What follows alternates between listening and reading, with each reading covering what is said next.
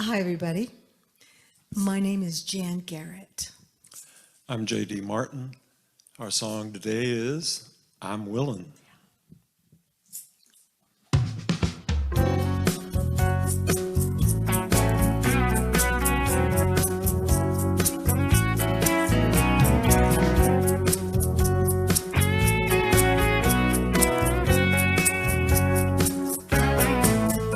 I'm willing to change my life, willing to shine a little light. I know the change may not come today, but it'll be worth the wait. I'm willing, yes I'm willing. Going out on a limb today, feels like I'm finding my way. I've been driving the wrong way down a one-way street. Then I realize I'm in the driver's seat.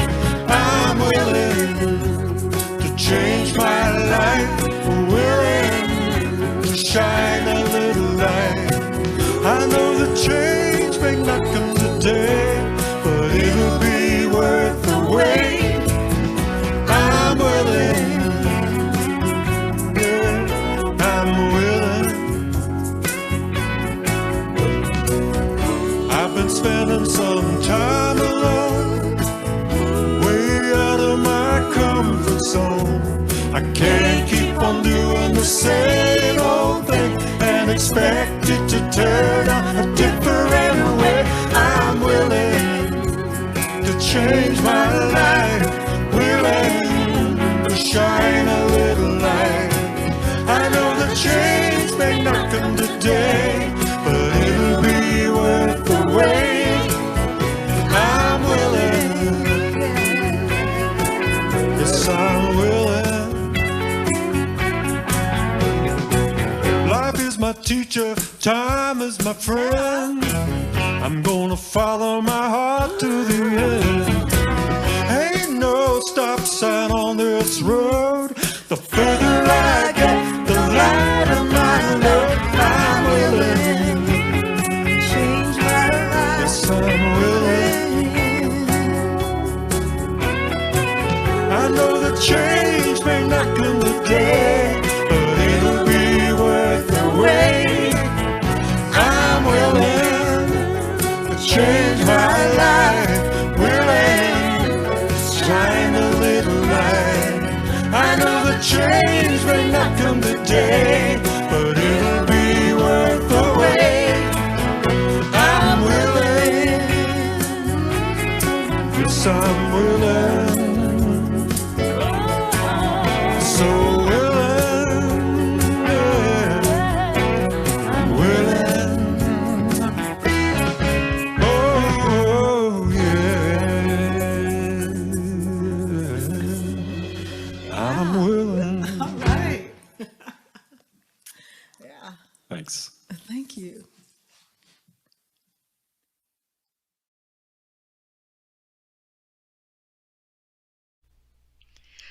Well, it's another beautiful day here in spectacular St. John's, Florida.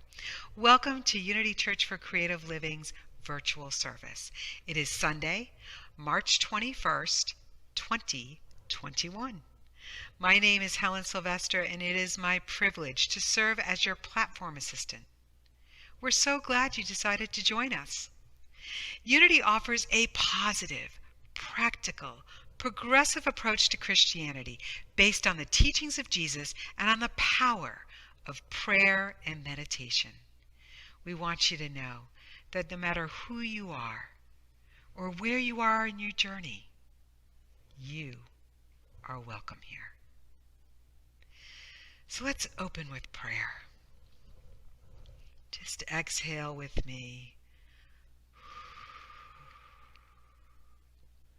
Receive a gentle breath in. And as we release, we begin to relax and let go. As we put aside whatever we're holding in our hearts or in our minds and Just relax into this moment as we receive another gentle breath in. And as we release, we drop right to our heart space and rest in the arms of divine love and just feel that loving, peaceful energy surrounding and enfolding us. Sweet Spirit, we welcome you into this sacred space. In this moment, we feel gratitude just bubbling up within us.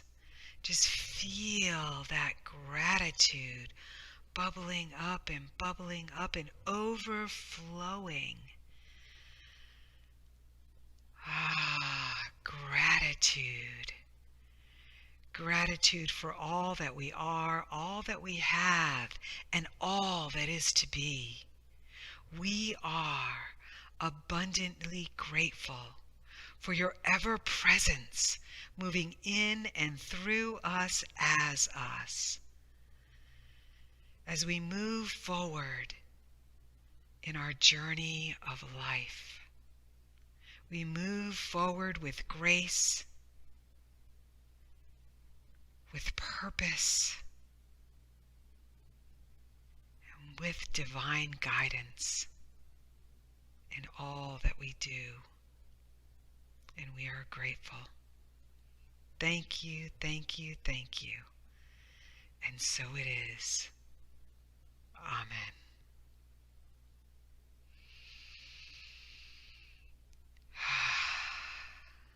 Thank you.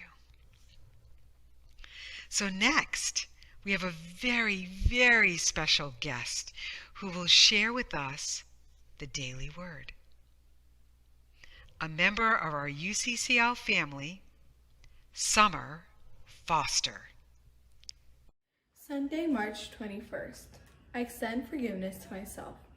Throughout my life, I have forgiven those who have hurt and disappointed me. In turn, I have been grateful when others extended understanding and forgiveness to me. Even though I have learned to be forgiving with others, I may still find it difficult to forgive myself for mistakes I've made, disappointments I have caused, and commitments I have broken. Today, I open my heart, and with love and compassion, I forgive myself. I remind myself that everyone makes mistakes and deserves understandings and forgiveness, even me. I remember how the prodigal son's father received him with joy when he came home. This joy is mine when I let go of self-condemnation and finally come home to myself. But while he was still far off, his father saw him and was filled with compassion. He ran and put his arms around him and kissed him. Luke 15:20.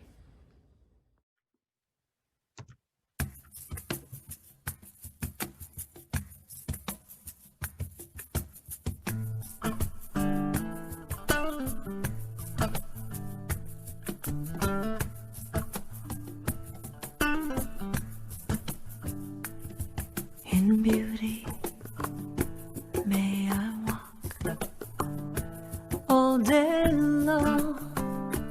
May I walk through the seasons. May I walk in peace. May I walk in peace.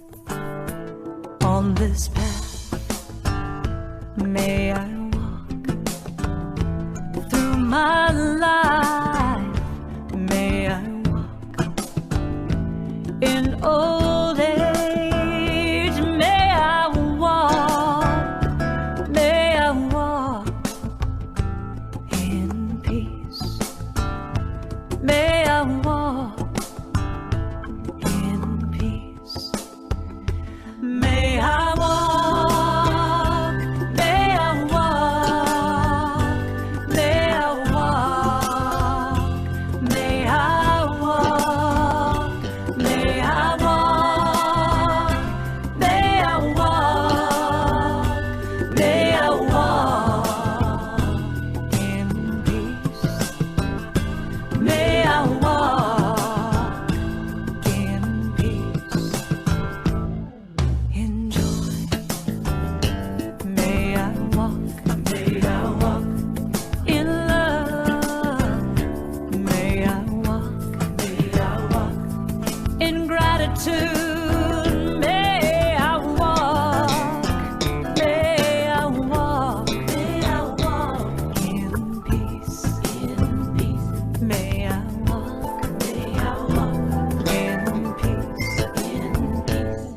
In stillness, may I walk. In forgiveness, may I walk. In loving kindness, may I walk.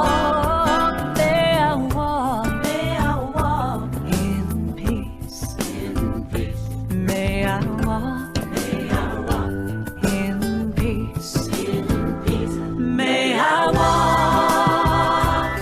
May I walk. May I walk. May I walk. May I walk. May I walk. May I walk in peace. May I walk in peace. In peace. May I walk in peace. In peace. May I walk. May I walk in peace. In peace now. May you walk. May you walk. Always walk in peace. In peace. May we walk. May we walk in peace. In peace. May I walk. May I walk with loving kindness. In peace. In love. May you walk. In joy. In peace. In love. May we walk. Good morning. I'm Randy Fillmore. I'm the Executive Director of Unity Serving Military Overseas, which is a Unity broadcast ministry that broadcasts Unity worship service to U.S. service members and their families who were stationed throughout the Indo-Pacific Theater as well as the European Theater. I'm also the Director of Ministry Operations at Unity of Melbourne, just down the road. I do want to thank Reverend Yvonne McAndrew for the opportunity to speak with you today on a topic that is near and dear to my heart. I find it interesting and enjoyable, and it's a topic that typically brings me to a place of peace. It's the labyrinth. When Reverend Yvonne reached out to me, she told me how Scout Kevin Hodson and his father Martin were the driving force behind the construction of the labyrinth. I knew that feeling personally, for I've carried that desire ever since reading a 2002 article on the labyrinth in a Science of Mind magazine. That passion set me on the meandering path of learning the spiritual aspects of the labyrinth from Reverend Dr. Lauren Artris, who's responsible for the resurgence in labyrinths after rediscovering the labyrinth pattern on the floor covered by chairs in the Chartres Cathedral in France in the late 1980s. I dove into the historical diversity of the pattern from author, researcher, and historian Jeff Sayward in England, who travels the world and works with museums, assisting curators in understanding labyrinth and maze patterns found in pottery, architecture, and coin. I then studied with Robert Fillore, who has created more labyrinths than anywhere else in the world, to learn the sacred geometry behind the meandering path, leading to being able to draw and create labyrinths myself. This passion and hobby intrigued me in that the labyrinth, being an ancient archetype, has been able to transcend geography, cultures, religious beliefs, and time. I learned the labyrinth had been used by Catholic parishioners and priests as a century-old pilgrimage, simulating travel to the Holy Land, when at a time that it was very dangerous to travel. It's been used by tribes in southern North America, displaying the man in the maze on cave walls and pottery, by Nordic sailors looking to trap playful spirits within the labyrinth before they hurried to set sail, ensuring a prosperous fishing venture. This awareness and understanding led me to feel confident this tool could be used to incorporate some of the teachings of prayer as Unity co-founders Charles and Myrtle Fillmore taught. Learning to travel from the outer realm of our humanness into the place where we can find that still small voice that is our truth, and at times difficult to remember. Now, along this journey, I was been privileged to engage and participate in a number of events, activities, and along with people. As one of the creators of World Labyrinth Day, which is the first Saturday each May, I, along with a few others we constructed two 100-foot labyrinths on the grounds of the Ellipse next to the White House in Washington, D.C. I've painted about a dozen labyrinths on canvas, vinyl, and even a parachute that you're able to walk from underneath the labyrinth. I've provided workshops and labyrinth talks to more than a handful of Unity ministries. I even took two of my labyrinths to the headquarters, National Geospatial Intelligence Agency, and participated in a health and wellness fair and worked with some intelligence analysts in how to use the labyrinth as a tool for clarity. I also constructed large luminary labyrinths with 4-foot wide paths and over 1,500 luminaries celebrating First Night, which is during New Year's Eve celebrations.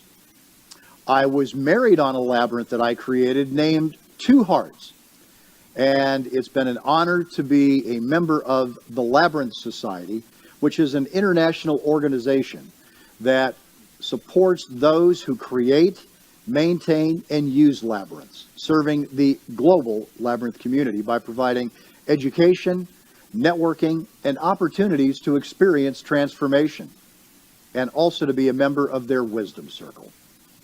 I even hosted one of the annual gatherings of the Labyrinth Society members at Unity Village in November of 2007. And finally, I am very proud with my collaboration with Silent Unity for the last 4 years, creating affirmations and denials in a booklet form used specifically each World Day of Prayer. And this is for the use on the labyrinth. Now, I understand there may be some who might be confused about the differences between a labyrinth and a maze. It can be confusing because there's no real written history. There's stories, legends, mysteries, and downright pure speculation. But there are a few things that we do know. A labyrinth is a single unicursal path with no false turns, no dead ends. And it includes both left and right turns that lead to the center. While a maze is a passage with left and right turns, but there may be dead ends. And retracing your steps in a maze to find the path that eventually leads to the center of the maze is not calming. It can be frustrating and confusing. The labyrinth is an inward directed journey, as you don't have to think. You follow the path in front of you. The maze forces you to think and remember where you were and choose where you're going to go next and hope you can reach the center. The labyrinth allows you to focus on the journey of the path. A maze is focused on the goal of reaching the center. A labyrinth also differs from a spiral in that a labyrinth has both left and right turns. Now, there are two types of labyrinths, and I have them right here. The classic pattern, or Cretan pattern, has both left and right turns, and that ends up into the center. But the turns, the path is long and sweeping. And you may have heard that in this pattern, the classic or the Cretan pattern, is where the Minotaur actually lived. And I'll talk about that in just a moment. The Chartres pattern is typically a little bigger, and it has generally more paths. But this was the pattern that was laid in the floor of the Gothic cathedrals throughout Europe. No one knows the originator or the creator of these patterns. And it's fascinating that the classic pattern has been found on nearly every continent, in every culture, for thousands of years, without the benefit of Google, Pinterest, or even Facebook. For those who appreciate Greek mythology, again, I mentioned the classic is the story of the Minotaur, where the word labyrinth first appears. Now, if you're not familiar with your Greek mythology, the god Poseidon sent a snow-white bull to King Minos of Crete for sacrifice. Well, King Minos kept the bull and did not perform the sacrifice, so Poseidon caused King Minos's wife, Pasiphae, to fall in love with the bull. Now, that child was the Minotaur, who had a body of a man and the head of a bull. Well, King Minos then commissioned inventor and sculptor Daedalus to build a prison for this creature. More drama ensued between King Minos and the Athenians, who had sent their hero Theseus to kill the Minotaur. Now, before Theseus descended into the labyrinth to meet with certain doom, Theseus asked Daedalus how to escape.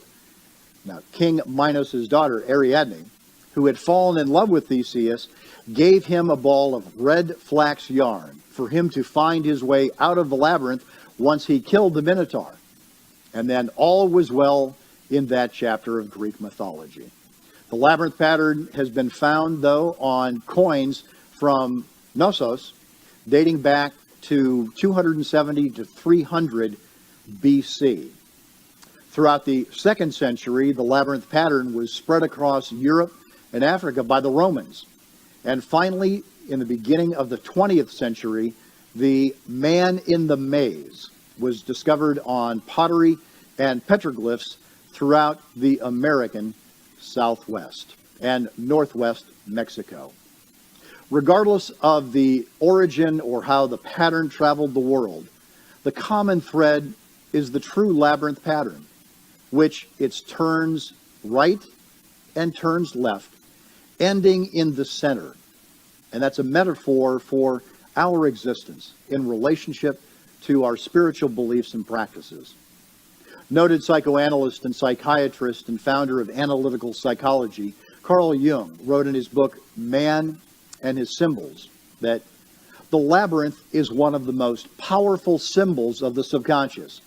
The main challenge is for man to overcome his shadow that causes conflicts with his subconscious. During the times of the Crusades, priests throughout Europe would walk a marble labyrinth inset into the floor of the cathedral on their knees to replicate the hardship and pain experienced by those traveling to the Holy Land. When it was not safe to travel such distances without being killed.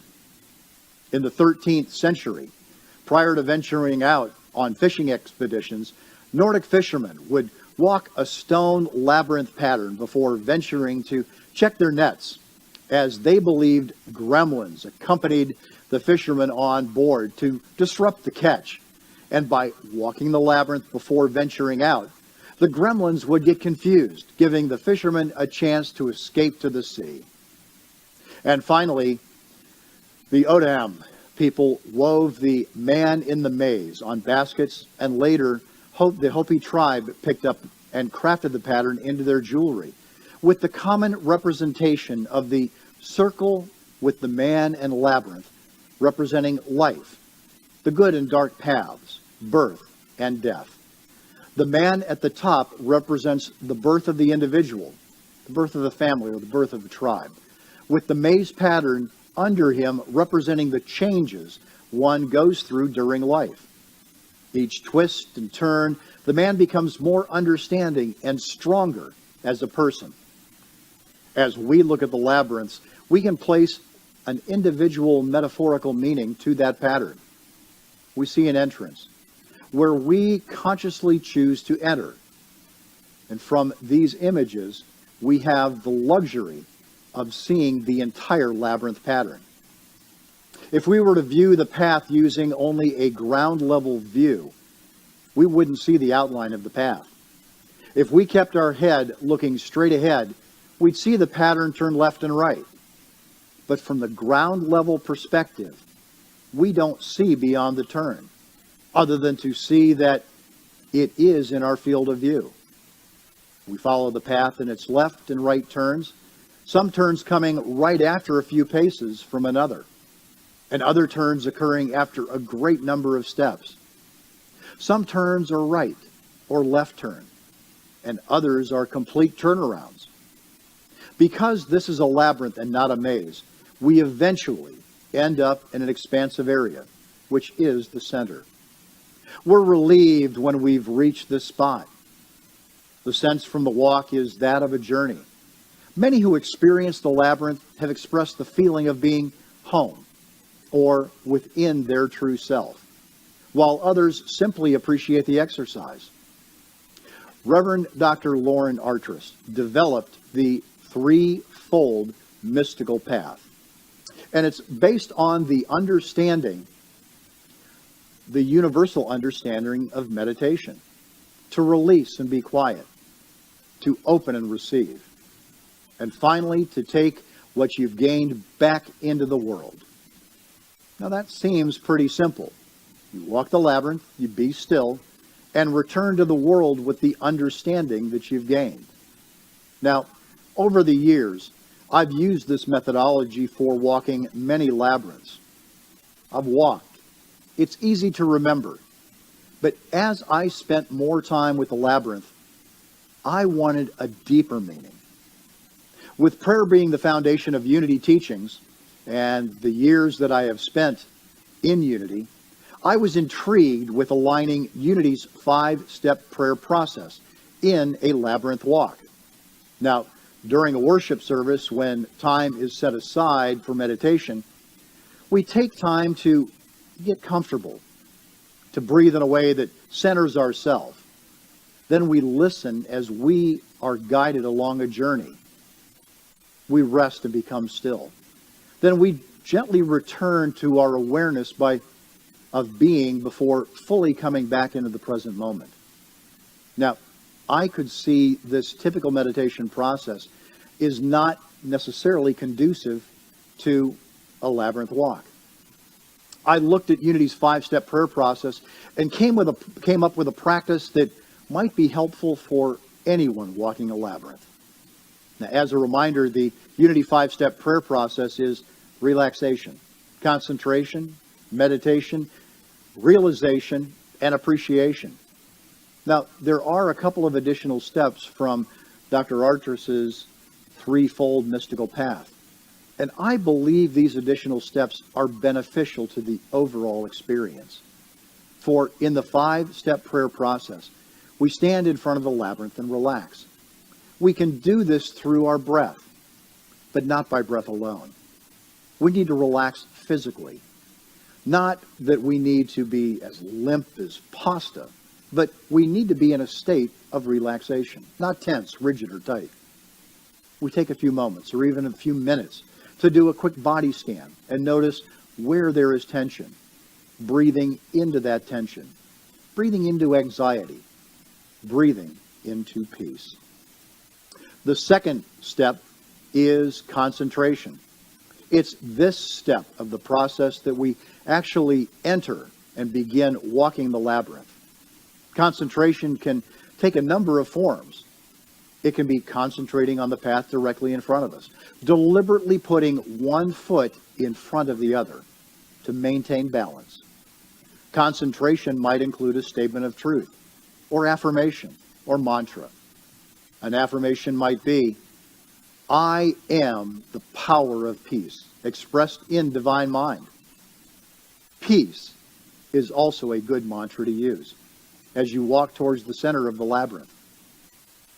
Once you reach the center of the labyrinth, take the time for meditation, the third step in the prayer process.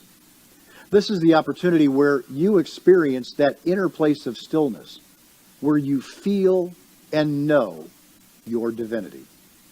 This is where the unwanted thoughts that can enter your mind, in such an instance, acknowledge the thought, bless it for entering your consciousness, and then return to the affirmation or mantra you used on the journey to the center. Reconnect with your breath. Deliberately inhale through your nose and exhale through your mouth. Notice and feel the difference in air temperatures, in how your lungs feel when they're full of air, or how they feel empty. Reverend Linda Martella-Whitsid, Director of Silent Unity, reminds us that in meditation is where your personal self recedes to the point of no time, no space reality, which is the state of total non-exterior awareness. It is in this state where we are not aware of anything out there, and it's known as the silence. And it is that fourth step in the unity prayer process of realization. Realization is where the answers or guidance being sought is made known, typically revealed as knowing. Now, in the Chartres style labyrinth, in the center, there are rosettes, or 6 petals. And we'll go ahead and put that graphic up of the 6 petals right now. The petals typically have been known to represent different kingdoms. The mineral kingdom, the plant kingdom, the animal kingdom, the human kingdom, the angelic kingdom, and the divine kingdom. Now, for me, I chose not to honor any particular kingdom, but to use my time at the center for meditation and to honor others that have played a role and purpose in my life.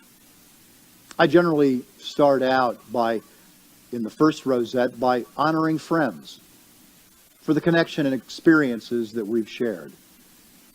In the next rosette, I honor and extend appreciation for those who I don't really want to be around and those that I might dislike. I honor these people in recognition that I need to remember to see their divinity in any of the feelings of dislike, and recognize that those feelings and thoughts and ideas are a mirror back to me, as I know how I am showing up to them. In the next rosette, I honor my family, parents, grandmothers, grandparents, aunts, uncles, and such. For it is through family that shaped my thoughts, feelings, and beliefs. I then take time to honor my children and grandchildren, for they are a part of me in that next rosette. And I so appreciate their presence in my life, even though right now it may be via Skype or Zoom or Google Hangouts. The next rosette is dedicated to my partner, my wife. The joy and love that we share, the ability for me to be who I truly am without the facade or having to fill the roles that others expect to see out of me. I can be just me. And in that last petal, that one's made just for me.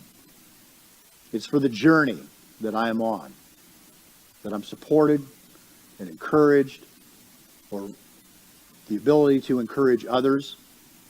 So it's for me to take that time. I do take that time infrequently. So it's an opportunity when I'm in the center of the labyrinth to take that time. It's my walk, and I need to honor myself. When it's time to leave the center and begin walking out from the center of the labyrinth, I remember to pass others who are on their journey to the right on the way in. I use the time in the 5th and final step of the 5-step prayer process, gratitude on my way out. Charles Fillmore wrote in Prosperity, "Praise and thanksgiving impart the quickening spiritual power that produces growth and increase in all things." What a powerful statement and affirmation this is along this sacred journey. When I get to the entrance of the labyrinth, I take time to turn around and give thanks for the time spent in this walking prayer or this walking meditation. St. Augustine has been credited with saying, "It is solved by walking." I offer a slightly different version. I like to say, "It is revealed by walking." The labyrinth has appealed to me for its simplicity, its expansiveness, the sacred and safe container it provides, and most of all, it offers me a time of solitude in the midst of seeming chaos. It expects nothing of me more than taking one step at a time, one foot in front of the other. And the rewards that I receive in return are numerous. Reverend Dr. Lauren Artris, the rector and now honorary canon of Grace Cathedral in San Francisco, writes in her 1995 book, Walking a Sacred Path, writes, "The labyrinth awaits our discovery, for it will guide us through the troubles of our lives to the grand, mysterious patterns that shape the web of creation. To enter the labyrinth is to choose a spiritual path, and the labyrinth provides the sacred space where the inner and outer worlds can commune, where the thinking mind and the imaginative heart can flow together. It can provide a space to listen to our inner voice of wisdom and come to grips with our role in humankind's next evolutionary steps." Friends, I invite you to discover the blessings found within and along the path to the labyrinth.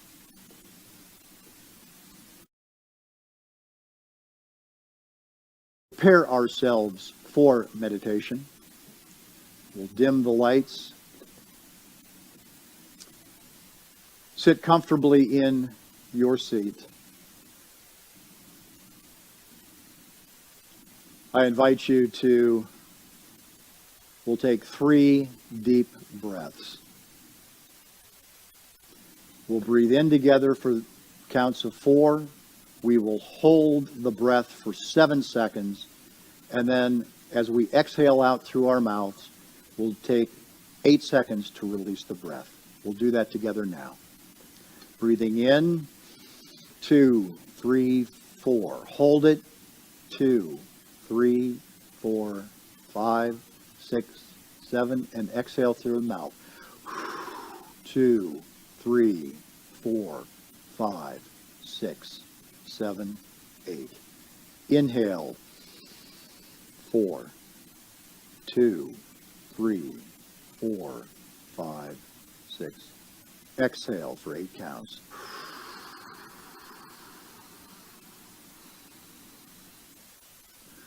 Last time, inhale for a count of 4. Hold.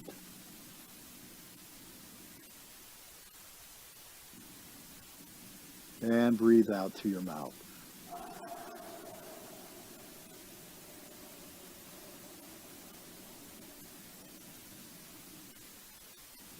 If you feel comfortable, close your eyes. If you're in a location that doesn't support that, create soft eyes as you gaze ahead, but with soft or out of focus eyes.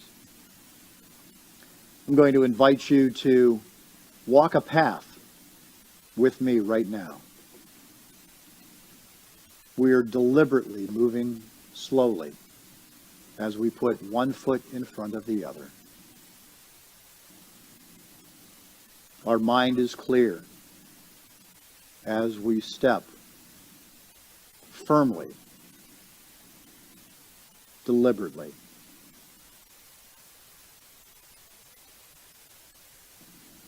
On this next step, we make a left 90-degree turn, for that's where the path is showing that we go.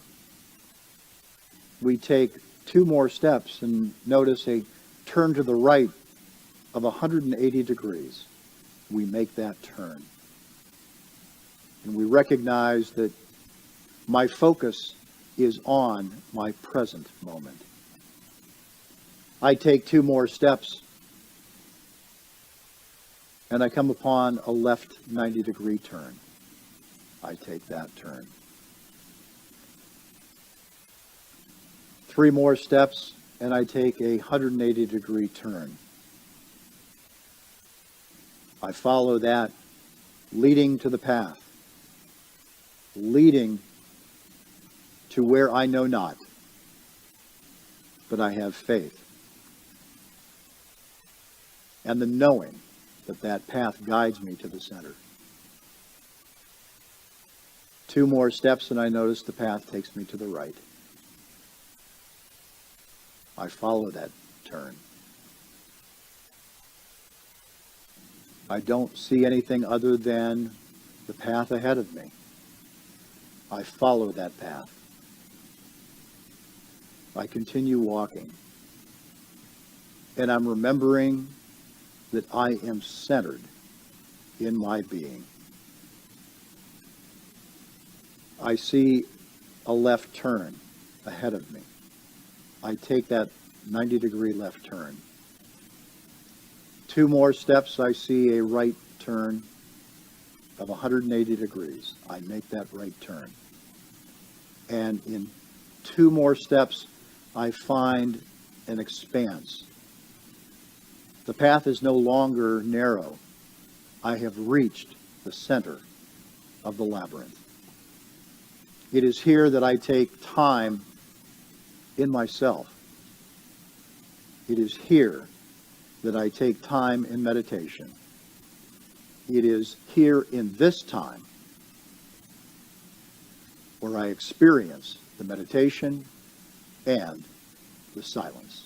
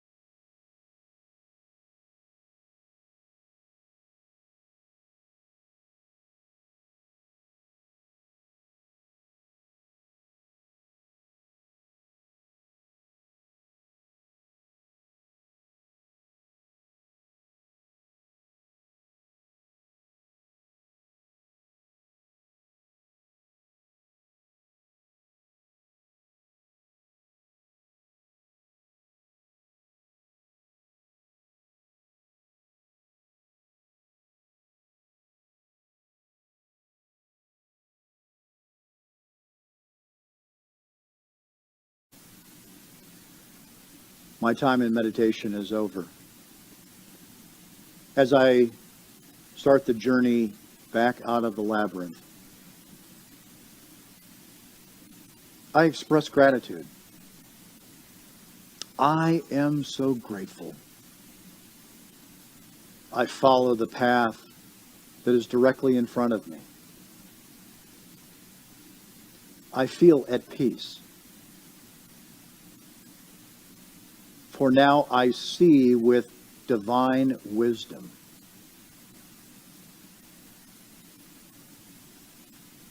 I follow the path with one foot in front of the other. For those who are on their journey in to the center,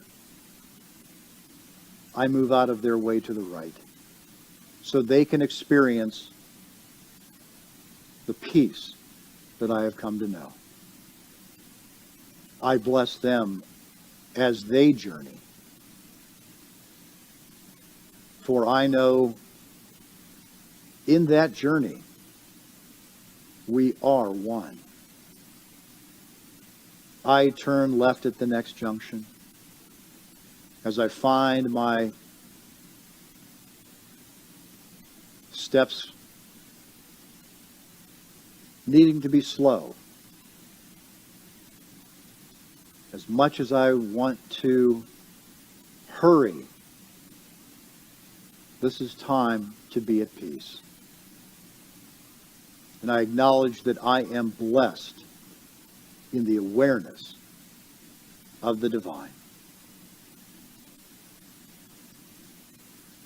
And as I reach the entrance of the labyrinth, I turn. I bring my hands up to a prayer position.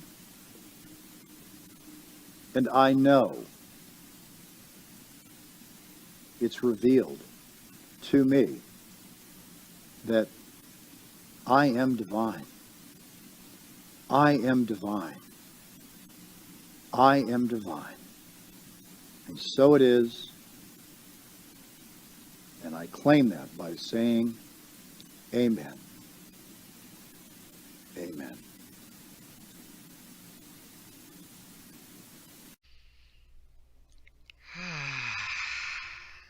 Thank you. Thank you, Reverend Randy, for that beautiful centering meditation and a wonderful talk.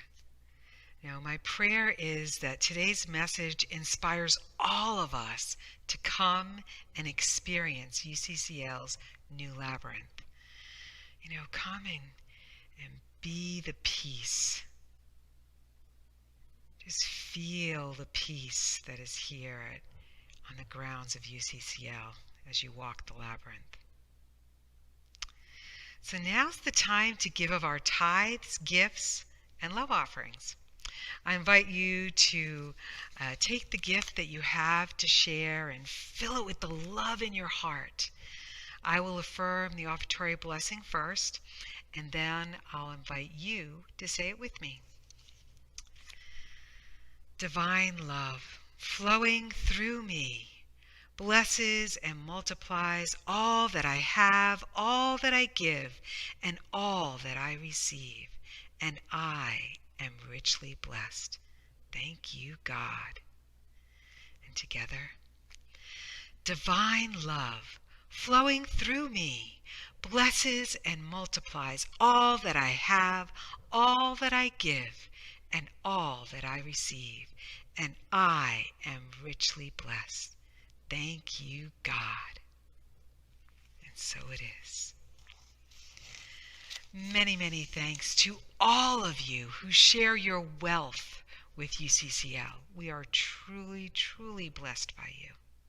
Your giving helps us to continue the work that we do here. So thank you. Thank you, thank you, thank you. There are a few ways that you can give. You could just click the donate button on the Facebook page that you're on, or at our website, www.unityinjax.com, or you can mail a check to Unity Church for Creative Living, 2777 Racetrack Road, St. John's, Florida, 32259. So let's rub our hands together. Feel the energy. Feel the energy of our oneness. Wherever we are connected by spirit. Just feel that energy. We are virtually holding hands as we say the prayer for protection as an affirmative statement. The light of God surrounds us. I am the light of God. The love of God enfolds us. I am the love of God. The power of God protects us. I am the power of God. The presence of God watches over us. I am the presence of God. And together, wherever we are, God is, and all is well.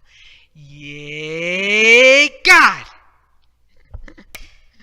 Well, I am Helen Irene Sylvester, coming to you from Unity Church for Creative Living in St. John's, Florida, reminding you, as Reverend Yvonne reminds us, today is a great day for a great day. Namaste.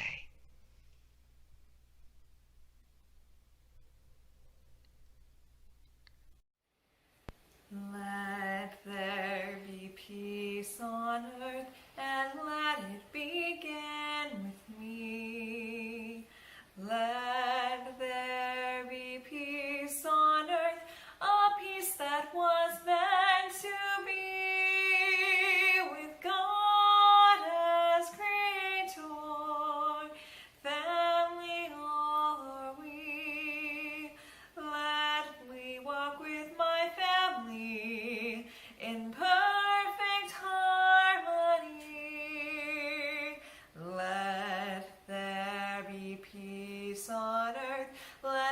be the